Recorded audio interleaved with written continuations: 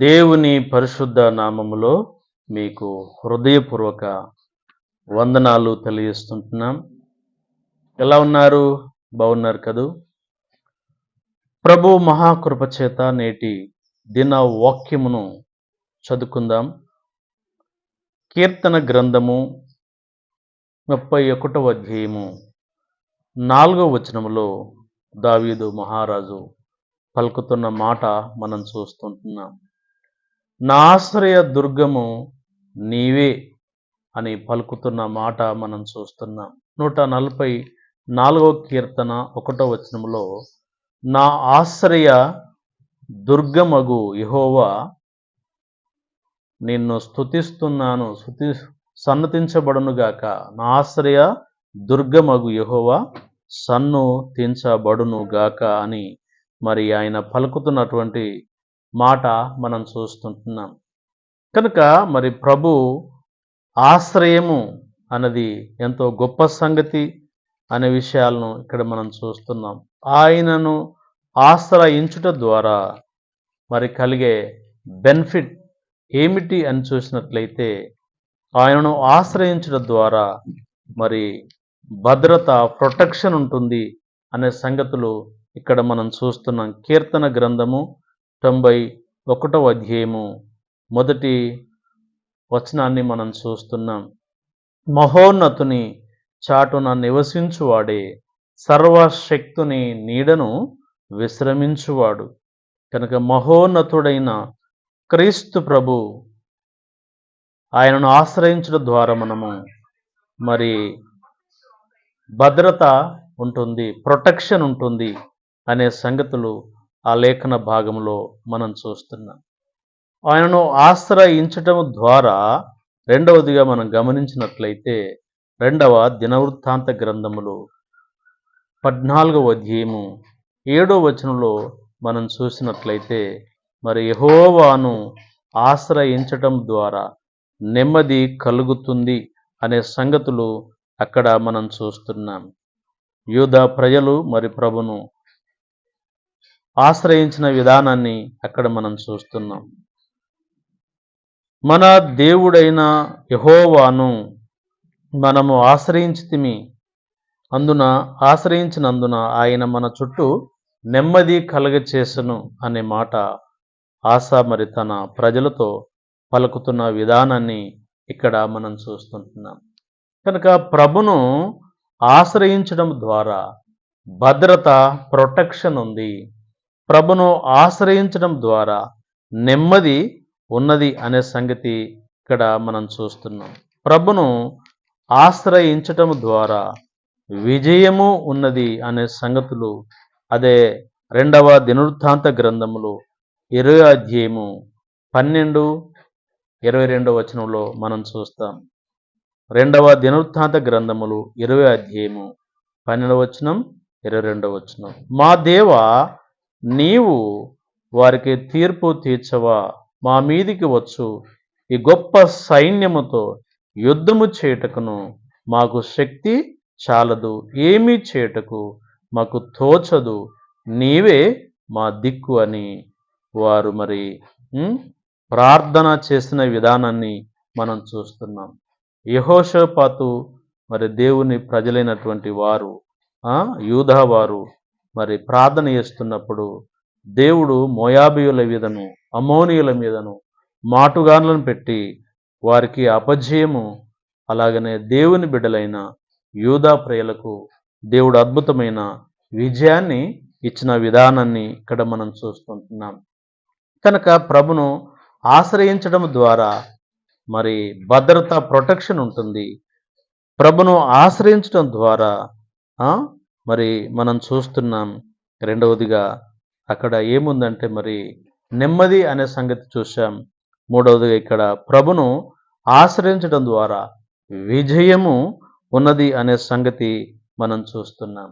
నాలుగవదిగా మనం గమనించినట్లయితే అదే 2వ దినవృత్తాంత గ్రంథములు 26వ అధ్యాయము 5వ వచనంలో మనం చూసినట్లయితే అక్కడ ఉజ్జియాను బట్టి మరి చూస్తున్న విషయాన్ని మనం చూస్తున్నాం. ఉజ్జియా మరి దేవుణ్ణి ఆశ్రయించి అతడు వర్ధిల్లునట్లుగా ఇక్కడ మనం చూస్తున్నాం. అవును, ప్రభును ఆశ్రయించడం ద్వారా వర్ధిల్లుతారు.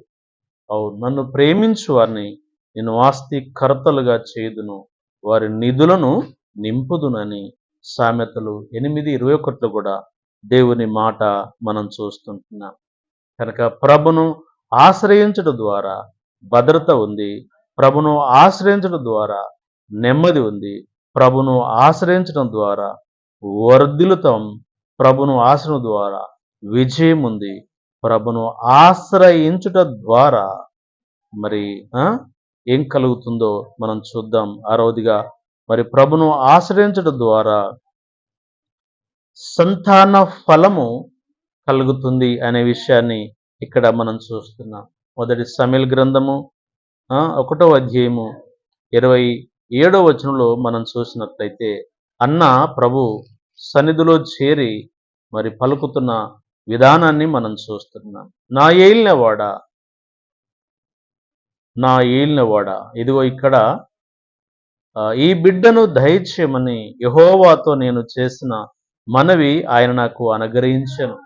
కనుక ప్రభు సన్నిధిలో చేరి మొరపెట్టగా అన్నాకు మరి దేవుడు చక్కటి కుమారుడు సమూయేలును అనుగ్రహించినట్లు ఇక్కడ మనం చూస్తున్నాం. తన కన్నీటి ప్రార్థన ప్రభును ఆశ్రయించడం ద్వారా గొడ్డురాలన్నటువంటి నింద ఆమె మరి పోగొట్టుకున్నట్లుగా ప్రభు ఆమెకు సహాయం చేసినట్లు అక్కడ మనం చూస్తున్నాం. కనుక ప్రభును ఆశ్రయించడం ద్వారా మరి సంతాన ఫలము కూడా కలిగినట్లు మనం చూస్తున్నాం. ప్రభును ఆశ్రయించడం ద్వారా స్వస్థత, ఆరోగ్యము కలుగుతుంది అనే విషయాలు మనం చూస్తున్నాం. మార్కు సువార్త 1:41 ప్రభువా నీ చిత్తం అయితే నన్ను శుద్ధినిగా చేయగలవా అని కుష్ఠ రోగి ప్రభు దగ్గరకు వచ్చి ప్రభు చిత్తం మీద ఆధారపడి అడిగినప్పుడు ప్రభు కూడా నాకిష్టమే, నువ్వు శుద్ధుడు కమ్మని అతన్ని బాగు చేసినట్లు మనం చూస్తున్నాం. రక్త భేది చేత బాధపడుతున్నటువంటి రక్తస్రావంతో బాధపడుతున్న స్త్రీ మరి ప్రభు దగ్గరకు వచ్చి మరి గోజాడినప్పుడు ఆయన వస్త్రపు చెంగు ముట్టినప్పుడు ప్రభు కూడా మరి ఆమెను బాగు చేసిన విధానాన్ని మార్కు సువార్త 5వ అధ్యాయము 24-34 వరకు ఆ విషయాలు మనం చూస్తాం.